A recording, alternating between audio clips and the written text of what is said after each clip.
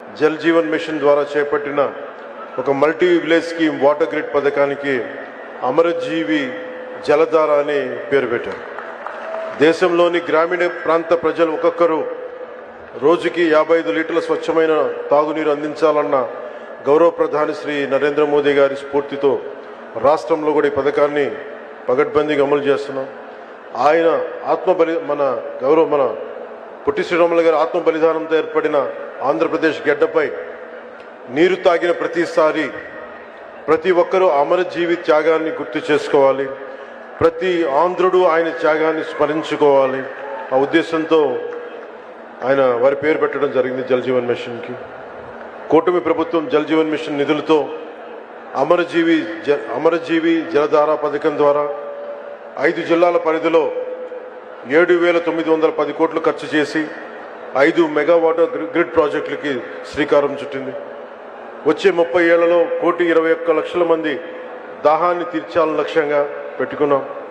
9,355 కోట్లతో మరో 7 mega water grid project నిర్మాణానికి, తీవ్ర నీటి ఎద్దడి ఉన్న 3,000 ఆవాసాలను గుర్తించి 3,000 పనులని సింగిల్ విలేజ్ స్కీమ్స్ కింద 1,814 కోట్ల అంచనా వ్యయంతో చేపట్టిన ప్రాజెక్టుకి రాష్ట్ర మంత్రివర్గం ఆమోదం తెలిపింది.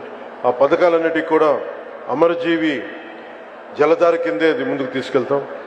శ్రీ పొట్టి శ్రీరాములు గారి ఆంధ్ర రాష్ట్రం కోసం బలిదానం అమరజీవిగా మన గుండెలో ఉన్నారు. అంతేకాకుండా ఆయన గొప్ప సంఘ సంస్కర్త, స్వాతంత్ర సమరయోధులు. క్విట్ ఇండియా ఉద్యమ సమయంలో శ్రీ పొట్టి శ్రీరాములు గారు లాంటి వారు మరో 11 మంది నాతో ఉంటే ఏడాదిలో స్వాతంత్రం తీసుకువస్తానన్న మహాత్ముని మాటలు అమరజీవి పోరాట స్ఫూర్తికి నిదర్శనం.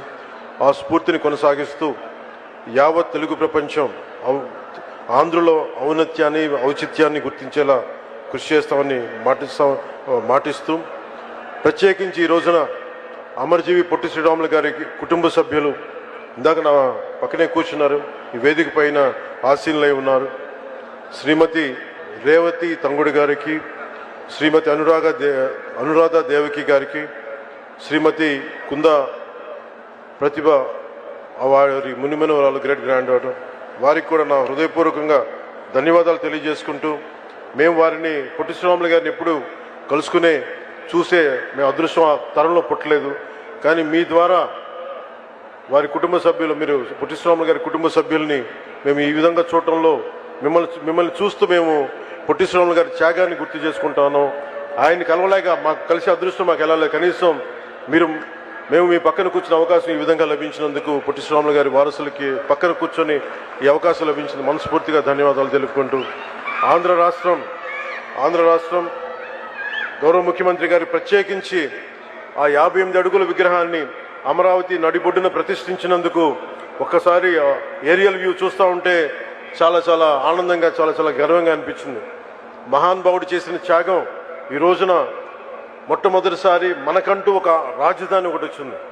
అటు ఇటు దాని నడిబొడ్డున ఈ రోజున వారి 58 అడుగుల విగ్రహాన్ని స్థాపించడం మనస్ఫూర్తిగా ముందుకు తీసుకెళ్లినందుకు నారా చంద్రబాబు నాయుడు గారికి, ఆంధ్రప్రదేశ్ ప్రజలందరి తరపున వారికి నా ధన్యవాదాలు తెలుపుకుంటూ, వారి స్ఫూర్తిని మరింత ముందుకు తీసుకెళ్లిన నారా లోకేష్ గారికి మనస్ఫూర్తిగా నా కృతజ్ఞతలు తెలియజేసుకుంటూ సెలవు తీసుకున్నాను. జై ఆంధ్ర, జై హింద్. థ్యాంక్ యూ పవన్ కళ్యాణ్ గారు. తరతరాలు చెప్పుకునేటువంటి నాయకులు కొందరే పుడతారు, వారు కారణ జన్ములవుతారు. అహర్నిశలు ప్రజల గురించే ఆలోచించి అభివృద్ధి పదాలని ఎన్నిటినో